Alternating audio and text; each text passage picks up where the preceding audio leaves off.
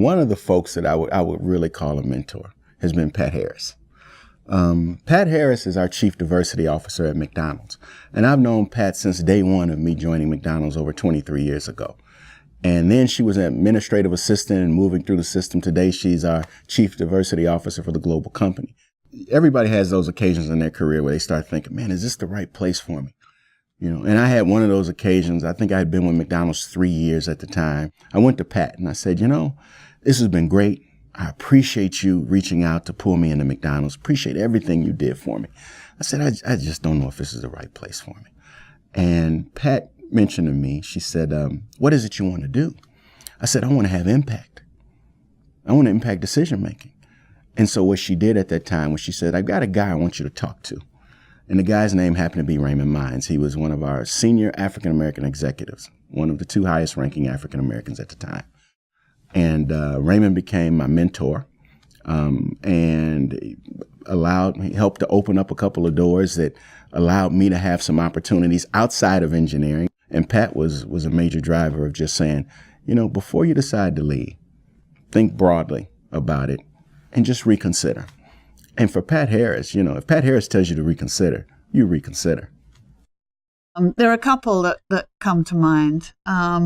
One was a very close colleague in my executive career who really helped me understand that achievement wasn't enough, and that with that I needed to combine a real focus on building relationships. And I don't mean that in a manipulative or deliberate way, but just taking a little time at the beginning of a meeting to check in with people and to establish some rapport instead of getting right to the outcomes and right to the actions, which I think as women we have a tendency to do. We tend to focus on the activities and the actions and don't invest enough time in building the relationship.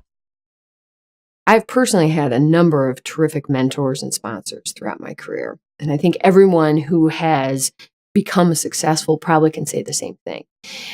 One in particular happened to be a man, and he was particularly good at helping me read the cultural nuances of various jobs. I was actually with him at 2 different jobs, and he continues to mentor me to this day. He helped me figure out sort of the right way to get things done within the culture of the organization, which helped me be successful in a leadership role.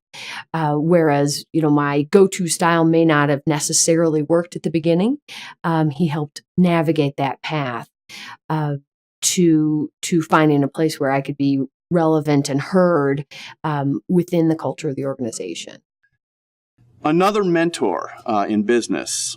Well, I've been married for 26 years. My wife is the CEO of a company named Revenue, and she has been an executive and a professional her entire working life. And so we've had a lot to do during our lives. For me, and the notion of kind of creating an equal workplace, I've had an equal setting at my house for 26 years, and I think it's been perhaps some of the best training to figure out how to make that happen inside a company and inside a board.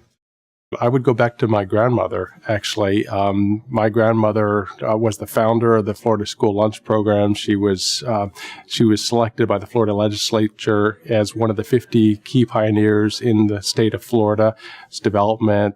She, many years ago, went to communist Russia, China, Africa, other places to talk about nutrition. And I always just saw her work ethic, felt like she could do almost anything. I think today she really could do anything. And today I could see her as a CEO of a Fortune 500 company.